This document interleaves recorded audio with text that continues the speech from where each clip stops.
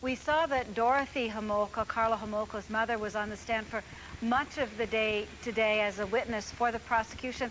Colleen, what was her demeanor like in court? She was very straightforward today, very firm in her answers, quite unemotional actually.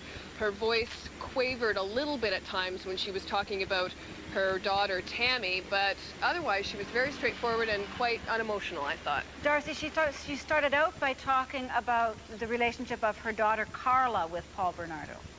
Yes, she did, and they took us through the sort of preliminaries, the pre-engagement period, and it's quite clear that Karla was in quite a swoon over this guy, and that he was a very charming gentleman who treated her like most of her other dates never did. I mean, it was opening the car door, bringing flowers, a bottle of wine for the family, just everything that a perfect young gentleman would do.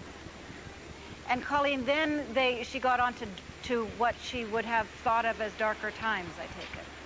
Yeah, that's correct. I mean, she talked about what she perceived to be a change in their relationship, although Dorothy Homolka admitted under cross-examination that she didn't really notice that change or didn't really suspect that her daughter was being physically abused until sometime after Kristen French was killed. And that, of course, is going to be a big issue in this trial in terms of when this alleged abuse actually started with Karla.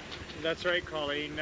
The prosecution is clearly trying to drag that timeline back as far into the relationship as they can.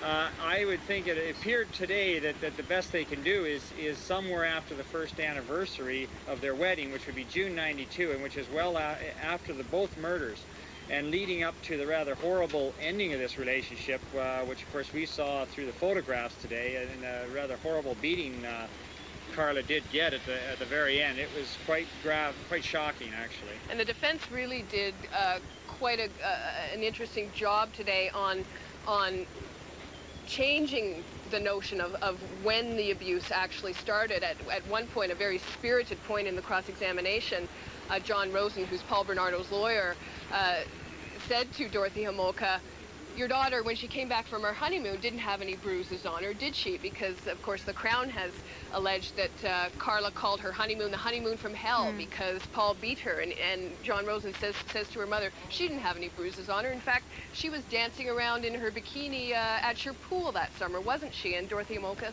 answered yes. What did Dorothy Homolka say when she started to talk about the death of her daughter Tammy?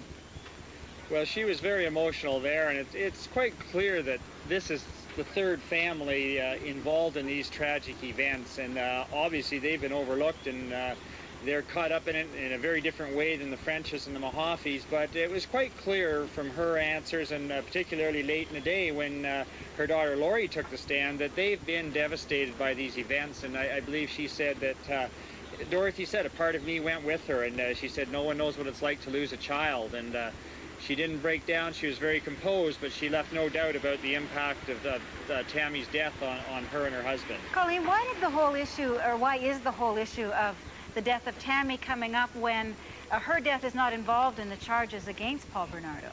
It's not involved in the charges for the purposes of this trial, but the Crown alleges that this whole incident with Tammy was the foundation. It was really the germ that led to all of the other events that happened in this case, that it was in the Crown's words, a horrible secret that Paul Bernardo and Karla Homolka shared, and that Paul Bernardo used this secret to control Karla and to threaten her and to tell her, look, if you ever leave me, I will tell your family what really happened to your sister. And that the Crown's contention is that is partly why Karla stayed in this relationship, and partly why she admitted to going on and you know, helping to kidnap and assault young girls. In fact, there was videotape today shown, and I believe the first piece is from the night that Tammy died, Colleen.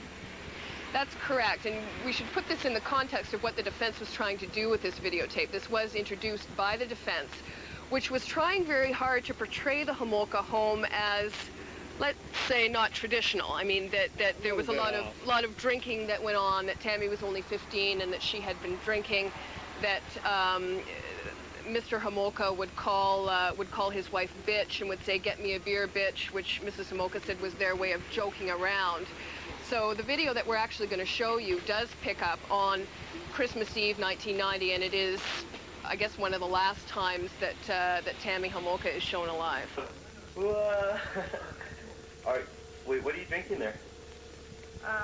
Ice. Ice? Ice, baby, to go? No. Okay, let's see what's up. We have the television, and we have Karla drinking, and Lori, which is absolutely not drinking.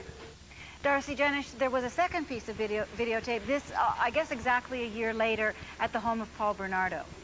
That's right, Ann. It's Christmas '91, which is after the Leslie Mahaffey murder, a year after Tammy's death.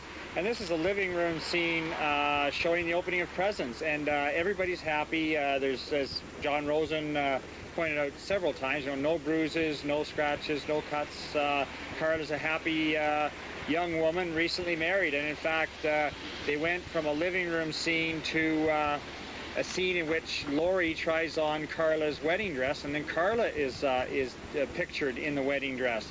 And so the object of the defense here is to portray Karla as still very happily married, a full participant in this relationship, and to undermine any suggestion that this whole thing was coercion and that she was an unwilling participant. So let's have a look at that particular picture.